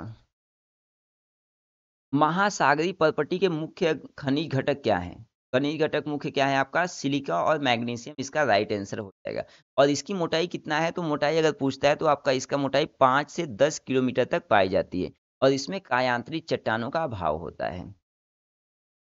59 क्वेश्चन यहाँ पे बोला है क्या, निम्नलिखित में से कौन सा मिल व्याख्या करता है? कौन सा व्याख्या करता है? ऑप्शन नंबर ए यानी बीच खाली जमीन को पुआल जैसे जैविक पदार्थों से ढक देना। ऑप्शन नंबर बी क्या ए क्या है आपका? बिल्कुल करेक्ट ऑप्शन हो जाता है। क्वेश्चन नंबर 60 आपकी स्क्रीन पे दिया है क्या कि भारत के खनिज तेल पेट्रोलियम उत्पादक क्षेत्र और इसमें अवस्थित स्थितियों का सही युग्म कौन सा है? तो सही युग्म कौन सा है दोस्त आपका? यहाँ पे ऑप्शन नंबर डी। क्यों हो जाएगा? क्योंकि इसके बहुत सारे ऑप्शन हैं, यानी सुरमा जो घाटी है वो डिगबोई, नरकटिया और हुगली जन मोरान के क्षेत्र में है, और जो लुनेज है अंकलेश्वर, उलांग, डोकला, महसाना, कालोल क्षेत्र से गुजरात में है, और जो मंगला है क्षेत्र राजस्थान में। तो इसके बहुत सारे ऑप्शन हो जाएंगे, इसलिए ऑप्शन नंबर बिल्कुल करेक्ट हो जाता है। 61 क्वेश्चन आपके, आधा क्वेश्चन, आधा सफर आपका तय हो गया है दोस्त, आधा सफर आपका तय हो गया। बस 20 से 25 मिनट और आपका पूरा पूरा आपका जो प्रीवियस पेपर 2023 का पहला पेपर है पूरा आपका कंप्लीट करवा देंगे विथ डिटेल के साथ। दोस्त यदि आपको ये सीरीज पसंद आया तो कमेंट करके बताइए, हम आपको और भी इसका पूरा का पूरा सीरीज लेकर आएंगे। इसके लिए हमें आपके प्यार और आपके विश्वास की जरूरत है। बोला है जवाहरलाल नेहरू की अस्थायी सरकार में श्रम मंत्री कौन थे? तो श्रम मंत्री कौन थे? तो वह जगजीवन राम जी थे। यानी 2 सितंबर 1946 को जवाहरलाल नेहरू के नेतृत्व में गठित भारत की अंतरिम या अस्थायी सरकार जो जगजीवन राम को श्रम मंत्री क्या किया गया था? बनाया गया था। 62 क्वेश्चन, 1918 के किस महीने में चंपारण किसी कानून यूरोपियन नील बगान के स्वामी के विरुद्ध पारित हुआ था? तो कौन सा हुआ था आपका? इसमें से कोई नहीं, यानी फरवरी, मई, नवंबर, कोई नहीं। क्यों? क्योंकि गांधी जी द्वारा 1917 में किए गए प्रथम नील सत्याग्रह आंदोलन कब हुआ था? ये आपका 4 मार्च 1918 को हुआ था। कोई भी ऑप्शन नहीं। 63 क्वेश्चन, निम्नलिखित में से कौन सा सही है? निम्नलिखित में से कौन सा सही है? बोला है क्या कि a bunch of old letters का लेखन डॉक्टर राजेंद्र प्रसाद ने किया था, और ये बिल्कुल गलत है। यानी व्यक्तिगत सत्याग्रह में ब्रह्मदत्त दूसरे सत्याग्रही थे, ये भी ऑप्शन गलत है। तीसरा, सुभाष चंद्र बोस ने द इंडियन स्ट्रगल का लेखन किया था, ऑप्शन नंबर सी क्या हो जाएगा? बिल्कुल करेक्ट हो जाएगा। ऑप्शन नंबर सी क्या हो जाएगा? बिल्कुल करेक्ट। यानी कब लिखे थे? 1920 से 1942 में, इतिहास के उल्लेख में यह मिलता है। बिहार की किस जनजाति की ने कांग्रेस के गया अधिवेशन में भाग लिए थे? तो किस जनजाति ने लिए थे? उरांव ने लिए थे। और चित्तरंजन दास की अध्यक्षता में 1922 के कांग्रेस के गया अधिवेशन में संथाल जनजाति ने क्या किया था? भाग लिया था। और संथालों के प्रमुख नेता कौन थे? तो ताना भगत ने गुलाब तिवारी के नेतृत्व में लिया था। हालांकि इसके 37वें कांग्रेस अधिवेशन में संस्था के उराव, खड़िया आदि कई जनजातियों 800 से भी अधिक किसानों ने क्या किया था? भाग लिया था। 5 क्वेश्चन, निम्नलिखित युग्मों में से कौन सा सही सुमेलित नहीं है? कौन सा सही सुमेलित नहीं है? बोला है advocate of India. Advocate of India ये ऑप्शन आपका क्या है? यहाँ पे आपका दिया है दादा भाई नौरोजी।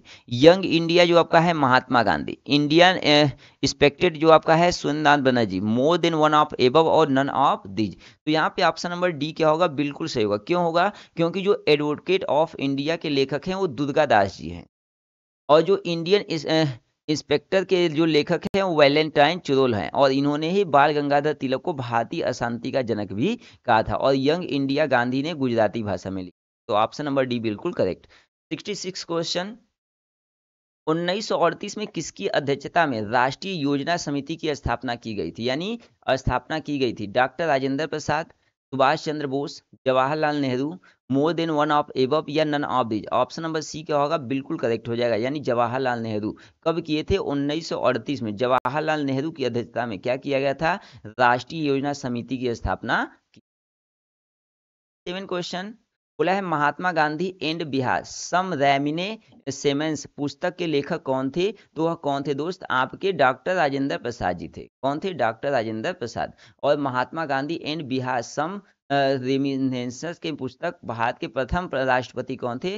डॉक्टर राजेंद्र प्रसाद। और इनकी और भी कुछ पुस्तकें हैं जिसमें बापू के कदमों में Bapu, India divided, Satyagraha and Champaran इत्यादि शामिल है।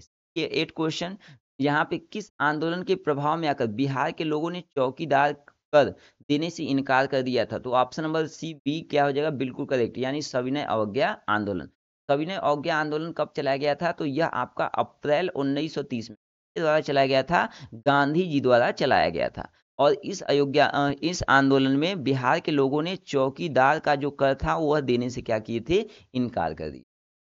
69 क्वेश्चन, वह महिला स्वतंत्रता सेनानी कौन थी जो स्वतंत्रता आंदोलन के वयोवृद्ध महिला के रूप में विख्यात थी? तो ऑप्शन नंबर पहला आपका क्या हो जाएगा, अरुणा आसफ अली। आसफ अली बिल्कुल करेक्ट हो जाएगा। और जिन्हें स्वतंत्रता आंदोलन की वयोवृद्ध महिला के रूप में जाना जाता है, और उन्होंने 1942 में भारत छोड़ो आंदोलन के समय मुंबई के ग्वालियर टैंक मैदान में कांग्रेस का झंडा फहराया था। और उन्हें व्यक्तिगत सत्याग्रह 1930, 1932 और 1941 में जेल भी जाना पड़ा था। तो यहाँ पे याद रखना वो कौन था सेनानी, अरुणा आसफ अली।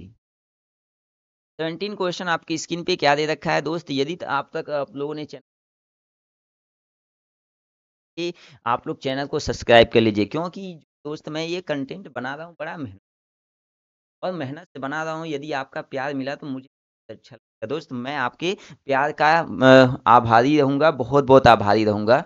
क्वेश्चन 17 क्या दिया है कि किस स्थान पर बीजी तिलक ने होम रूल लीग की स्थापना 1916 में की थी? तो कहाँ पे की गई थी, पूना में। और पूना में कब की गई थी, 1916 में। यानी किसके द्वारा की गया था, आपका बाल गंगाधर तिलक के द्वारा किया गया था। 71 क्वेश्चन, हुंकार हिंदी साप्ताहिक पत्रिका के प्रकाशन में कौन संबंधित थे? तो कौन संबंधित थे, यमुना कारजी, राहुल साकृत्यायन, सहजानंद सरस्वती, उपयुक्त में से एक से अधिक, या उपयुक्त में से कोई नहीं, यानी none of these. Option number D क्या होगा, बिल्कुल करेक्ट। क्यों हो जाएगा, क्योंकि 1940 में हुंकार नामक साप्ताहिक पत्रिका यमुना कारजी, राहुल साकृत्यायन और स्वामी सहजानंद सरस्वती के प्रयासों से निकली जानी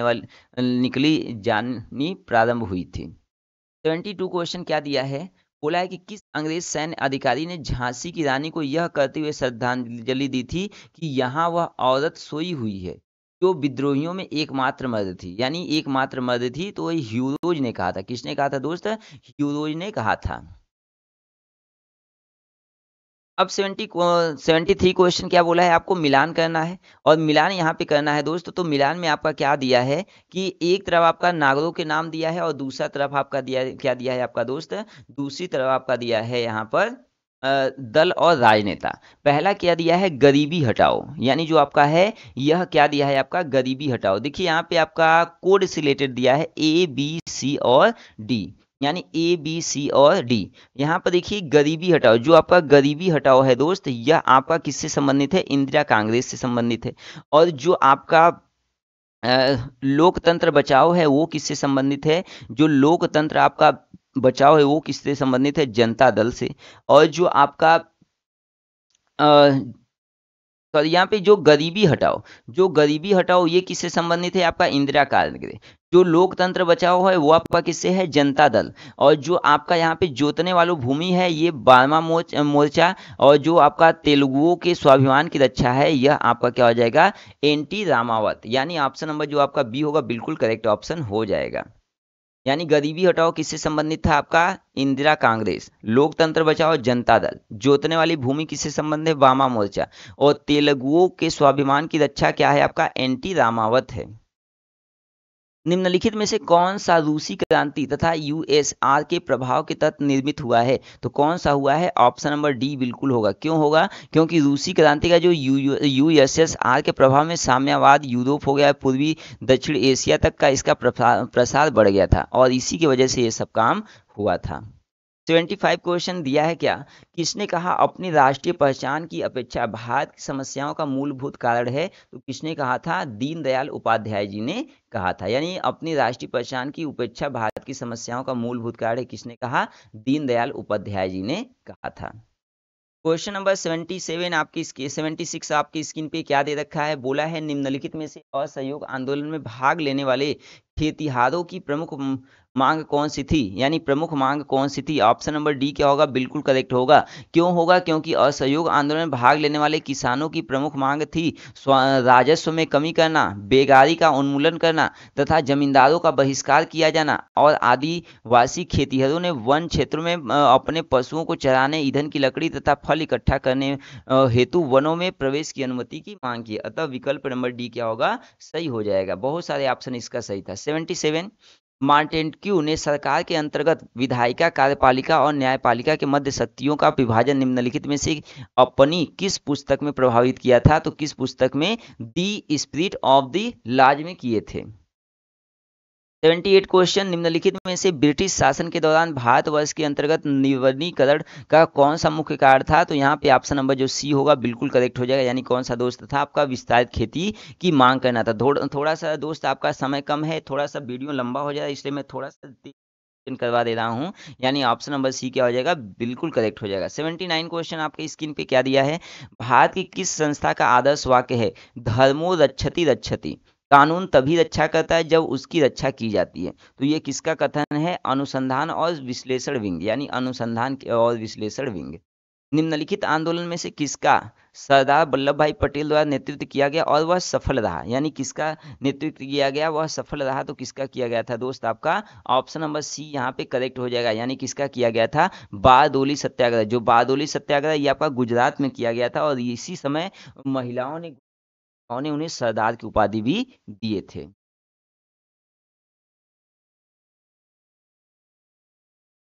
81 क्वेश्चन, भारत और 1929 के प्रारंभ में हुई महामंदी के संदर्भ में निम्नलिखित में कौन सा कथन सही है? यानी मंदी ने भारतीय व्यापार को प्रतिकूल रूप से प्रभावित किया। दूसरा ऑप्शन क्या दिया है? मंदी ने भारतीय खेतीहरों, किसानों, आयात एवं निर्यात को प्रतिकूलता से प्रभावित किया।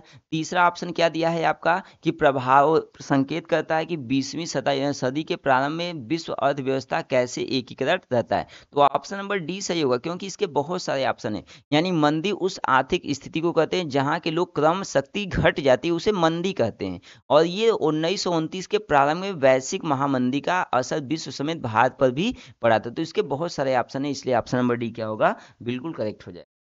82 क्वेश्चन आपकी स्क्रीन पे क्या दिया है? असामाजिक और शैक्षणिक रूप से पिछड़े वर्गों के आरक्षण हेतु भारत सरकार के 13 अगस्त 1990 के आदेश की वैधता निम्नलिखित में से किस वर्ष निर्मित हुई थी? तो यहाँ पे आपका किस वर्ष निर्मित हुई थी? यहाँ पे 1992, यानी 13 अगस्त 1990। सॉरी, यहाँ पे 13 अगस्त 1990, लेकिन यहाँ पे अगर यहाँ पे न्याय की बात बोलता है न्यायाधीशों की, तो यहाँ पे 1992 हो। 83 क्वेश्चन आपके सामने क्या दिया है कि एंग एंगस मेडिकस की पुस्तक the world economy historical statistics के अनुसार प्राचीन काल में भारत का विश्व जीडीपी या पीपीपी में कितने प्रतिशत का अंशदान रहा है? तो आपका 32% का अंशदान रहा है। ऑप्शन नंबर ए बिल्कुल करेक्ट। 84 क्वेश्चन, आपको क्या करना है? सही मिलान करना है। तो सही मिलान करना है। सही मिलान के अकॉर्डिंग जो आपका विशेष विवाह अधिनियम है वो कब लागू हुआ था? आपका 1954 ईस्वी में। दहेज निषेध जो आपका है वह आपका 1961 ईस्वी में। और जो समान परिश्रमित अधिनियम है वो आपका 1986 में। और जो नारी असिक्त प्रतिनिधि अधिनियम है वो आपका 1986 ईस्वी में लागू हुआ। 85 क्वेश्चन दे रखा है आपकी स्क्रीन पर। बोला है क्या दोस्त कि निम्नलिखित में से कौन सा बुनियादी मूल्य सभी नेताओं द्वारा भारत के संविधान पर विचार विमर्श हेतु संविधान निमांत्रित सभा के मिलने से बहुत पहले ही स्वीकार कर लिया गया था? तो किसके द्वारा कर लिया गया था? स्वतंत्रता और समानता के अधिकार में कर लिया गया था। 86 क्वेश्चन, पुस्तक the beautiful tree indigenous Indian educational in the एंडीज सेंचुरी किसने लिखा है? तो वह किसने लिखा है? धर्मपाल जी ने लिखा है। किसने लिखा है दोस्त? आपका धर्मपाल जी ने लिखा है। और धर्मपाल जी का जन्म कहाँ कब हुआ था? 1922 में। कहाँ हुआ था? उत्तर प्रदेश के मुजफ्फरपुर जिले के कांधला ग्राम में हुआ था। भारतवर्ष के संविधान की प्रस्तावना में बंधुत्व निम्नलिखित में से मुख्यतः किसे आश्वासित करता है? तो किसे आश्वासित करता है? इस पे बहुत सारे ऑप्शन सही है। ऑप्शन नंबर डी बिल्कुल करेक्ट होगा। क्यों करेक्ट होगा? क्योंकि यहाँ पे भारतीय संविधान की जो प्रस्तावना है, बंधुत्व का अर्थ क्या कहलाता है? भाईचारे की भावना। और यह एकल नागरिकता तंत्र के माध्यम से भाईचारे की भावना को क्या करता है? प्रोत्साहित करता है। और बंधुत्व मुख्यतः दो बातों पर आश्वासित करता है। पहला क्या है? व्यक्ति की गरिमा। और दूसरा क्या है आपका? देश की एकता एवं अखंडता।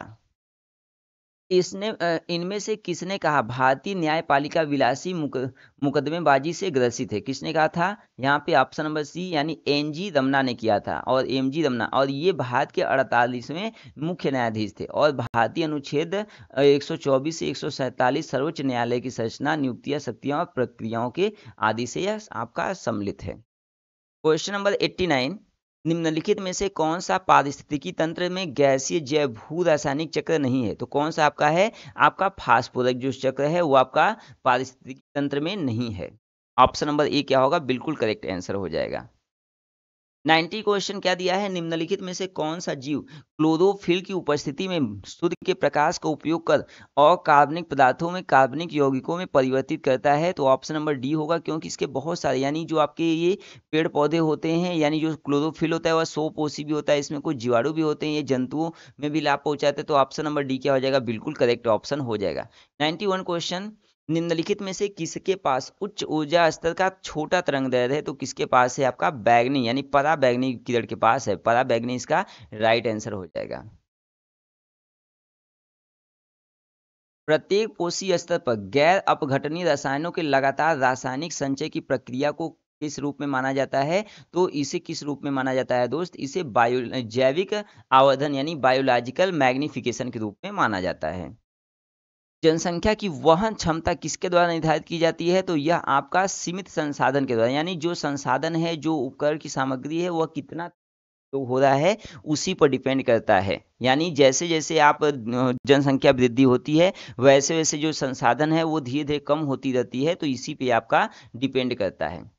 मेथेग्लोबिन यानी जो मेथेग्लोबिन निम्नलिखित में से किससे प्रदूषित पानी पीने के कारण होता है? तो किससे होता है? आपका नाइट्रेट। नाइट्रेट ऑप्शन बिल्कुल सही हो जाएगा। नाइट्रेट ऑप्शन क्या हो जाएगा दोस्त? बिल्कुल सही हो जाएगा। पारितंत्र के ऊर्जा का प्रवाह होता है। पारितंत्र के ऊर्जा का प्रवाह किससे होता है? एकादिशिक से होता है। किससे होता है दोस्त? आपका एकादिशित, यानी एकादिशित बिल्कुल करेक्ट होगा। निम्नलिखित में से कौन सा पारितंत्र का संघटक है? तो कौन सा है आपका? है ऑप्शन नंबर डी होगा। क्यों होगा? क्योंकि पारिस्थिति परितंत्र के कितने घटक होते हैं? दो। एक जैविक घटक होता है और एक आपका अजैविक घटक होता है। और जैविक घटक में क्या आते हैं? आपके हरे पौधे आते हैं और उपभोक्ता और अपघटक शामिल होते हैं, जबकि अजैविक घटक में क्या आता है? वायु, जल, सौर ऊर्जा और ताप प्रकाश मृदा आती है। इसलिए ऑप्शन नंबर डी क्या हो जाएगा? बिल्कुल करेक्ट, यानी बहुत सारे इसमें ऑप्शन। 97 क्वेश्चन, निम्नलिखित में से कौन सी गैस लैंडफिल से उत्पन्न होती है? यानी कौन सी गैस होती है? तो मीथेन गैस आपका लैंडफिल से उत्पन्न होती है। और ये आपका इसका जो रासायनिक सूत्र होता है आपका CH4 होता है। क्या होता है दोस्त? आपका CH4। जो मीथेन गैस होता है कहाँ से बनता है? आपका कचरे से बनता है। 98, निम्नलिखित में से कौन सा जंगल में आहार श्रृंखला का प्रतिनिधित्व करता है? तो आपका पहला ऑप्शन बिल्कुल सही हो जाएगा। यानी कौन सा करता है? पादप, हिरण, शेर करता है। यानी पहला वाला ऑप्शन क्या हो जाएगा? बिल्कुल करेक्ट। यानी पहले नंबर पे आपका आएगा पादप यानी पौधे, दूसरे पर आएगा हिरण और तीसरे नंबर पर आएगा शेर। यानी जो पौधे होते हैं, पौधों को कौन खाता है? हिरण। और हिरण को कौन खाता है? शेर। और यह श्रृंखला जंगल में आहार श्रृंखला का प्रतिनिधित्व करता है। पर्यावरण में प्लास्टिक की क्रिया का द्वारा विघटन नहीं होता है। तो विघटन नहीं होता है, ऑप्शन नंबर डी होगा। क्यों डी होगा? क्योंकि इसके बहुत सारे ऑप्शन हैं। यानी पर्यावरण में प्लास्टिक हो गया जीवाणु, मृत्यु, परजीवी और परजीवी क्रियाओं द्वारा अपघटित नहीं होता है, और प्लास्टिक के अपघटित होने में अनेकों वर्ष लगता है। इसलिए ऑप्शन नंबर डी क्या होगा? बिल्कुल करेक्ट होगा। क्वेश्चन नंबर 100 की तरफ चलते हैं। सुपर स्मार्ट तरीके करवाने का प्रयोग क्या है? यहाँ पे इस आपका क्वेश्चन नंबर 100 आपके सामने है। बोला है ऊर्जा के स्रोत में से जो कार्बन उत्सर्जन में वृद्धि नहीं करते हैं वो शामिल हैं। किस कौन शामिल है? आपका सौर सेल, पवन चक्कियां, नाभिकीय ऊर्जा संयंत्र, में से एक से अधिक, या देखिए पहली बात आपसे बोला है कार्बन उत्सर्जन वृद्धि नहीं करते, तो जो सोलर सेल है ये भी नहीं करते हैं, पवन चक्कियां ये भी नहीं करते, मतलब दोनों ऑप्शन से, तो ऑप्शन नंबर डी क्या हो जाएगा? बिल्कुल करेक्ट। 101 क्वेश्चन, आहार श्रृंखला में जो शाखान्वित श्रृंखला को कहा जाता है, क्या कहा जाता है? आहार जाल कहा जाता है। क्या कहा जाता है दोस्त? आपका आहार जाल का। हरे पौधे के प्रकाश की ऊर्जा ग्रहण करते हैं और खाद्य ऊर्जा में परिवर्तित करते हैं। तो 5% और आपका एक या एक से अधिक अवधि, तो ऑप्शन नंबर बिल्कुल करेक्ट ऑप्शन आपका होता है 1%। 103, किसके नेतृत्व में चिपको आंदोलन को मजबूती मिली थी? किसके नेतृत्व में मिली थी? तो सुंदरलाल बहुगुणा, यानी सुंदरलाल बहुगुणा इसका राइट आंसर हो जाएगा। और इसका प्रारंभ कब किया गया था? इसका प्रारंभ आपका 1975 कहाँ पे किया गया था? उत्तराखंड में किया गया था। और इसके अतिरिक्त और भी उनमें लोग शामिल थे, जिसमें आपके अतिरिक्त कौन हो जाएंगे? गोविंद सिंह, चंडी प्रसाद भट्ट हो जाएंगे तथा गौरा देवी आंदोलन के नेतृत्व। आहार यानी आहार सिंह प्रथम पोषक स्तर पर होता है, तो कौन? अपोषित। तो सबसे प्राथमिक स्तर आपका, और द्वितीय में आपका आता है तो आपका टिड्डा हो जाता है, और तृतीय में क्या आता है आपका मांस आ जाता है। आपको यहाँ पे क्या करना है कि आपको आरोही क्रम में आपको बताना है। आरोही का मतलब बढ़ते हुए क्रम में क्या लिखेंगे। इस पहले हम बात करेंगे, भाग देंगे, और देखिए भाग देंगे, भाग देंगे तो भाग देंगे तो वैल्यू आएगा 10, 7 2 2 8 0 41/45 भाग देंगे 8 5। ऑप्शन नंबर ये क्या हो जाएगा, ऑप्शन नंबर बोला है आपसे कि दिए गए चित्र में आयत, ये आपका आयत में कुल कितने चित्र हैं। यहाँ पे पहला आपका क्या दिया है, दी गई। पहले तो हम बात करेंगे कैसे निकाला जाता है। देखिए यह 1 हो गया, 2 हो गया, 3 हो गया, 4, इधर भी 1 हो गया, 2 हो गया, 3 हो गया, 4। तो पहले हम क्या काम करेंगे, यहाँ पे पहले 4 और 4 को गुणा करके जोड़ेंगे, फिर 1 छोड़कर 3 गुणे 3 करेंगे, फिर 1 छोड़कर 2 गुणे करेंगे, फिर 1 छोड़कर 1 गुणे 4 गुणे 4 16, 3 गुणे 3 9, 2 गुणे 2 4 और 1 गुणे 1 करेंगे तो कितना आएगा, 30 आएगा। इसका 30 का राइट आंसर। 107 क्वेश्चन, एक व्यक्ति अपने अंडों को इस प्रकार टोकरी में रखता है कि प्रत्येक क्रमिक दिन पर रखे जाने वाले अंडों की संख्या पहले से मौजूद संख्या के बराबर।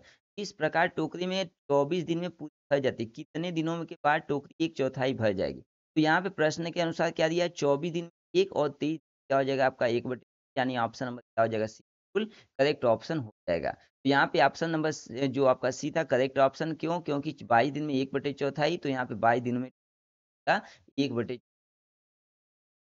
108 क्वेश्चन क्या दिया है, बोला है कि दो संख्याओं का योग कितना है, 480।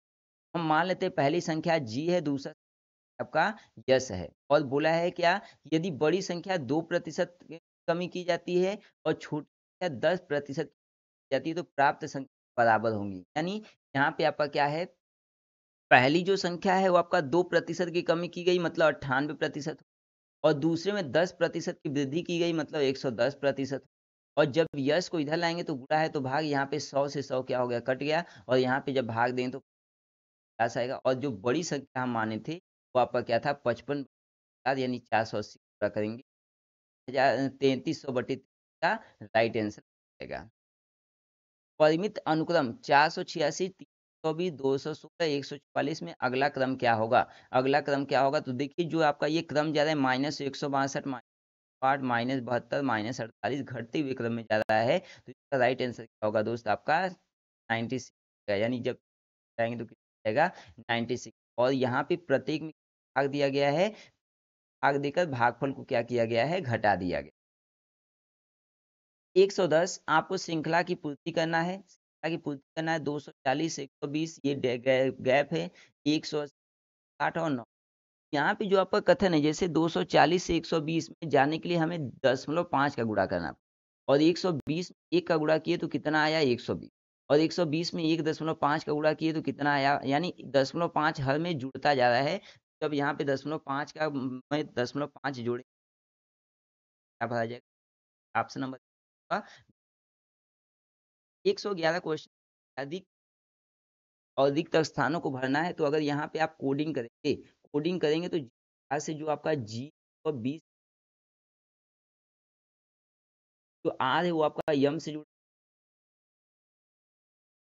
माइनस, जब इसमें तो आप कोडिंग करके, जैसे 11 का जो 11 होता है, जो यप का कोड होता है वह आपका 11 में से 5 घटाए आपका यप, इसी तरीके से घटाएंगे तो ऑप्शन नंबर बी क्या हो जाएगा, बिल्कुल करेक्ट हो। ऑप्शन यहाँ पे क्वेश्चन नंबर 112 क्या दिया है, प्रयागराज से पटना जाने के मार्ग 5 मार्ग है और 4 मार्ग पटना से कोलकाता जाने के। पटना होते हुए प्रयागराज से कोलकाता जाने के कुल 6 मार्ग है, तो हम क्या करेंगे, गुणा करेंगे, यानी 5 गुणे 4, यानी ऑप्शन नंबर जो आपका यहाँ पर बिल्कुल करेक्ट हो जाए। 113 क्वेश्चन आपकी स्क्रीन पे क्या दिया है, सर्वाधिक उपयुक्त कथन आप बताइए। पहला बोला है क्या कि हर वृत्त दीर्घवृत्त होता है, यानी हर वृत्त दीर्घवृत्त होता है, बिल्कुल नहीं। दीर्घ का मतलब आपका इस तरीके, और बोला है कोई वृत्त अति प्रबल नहीं होता है। और आपसे क्या बोला है, नेक्स्ट आपसे यहाँ पे सॉरी पहला वाला ऑप्शन बिल्कुल है, यानी बोला है क्या कि नो सर्कल, यानी आपका कोई वृत्त अति प्रबल नहीं होता है, ये भी ऑप्शन सही।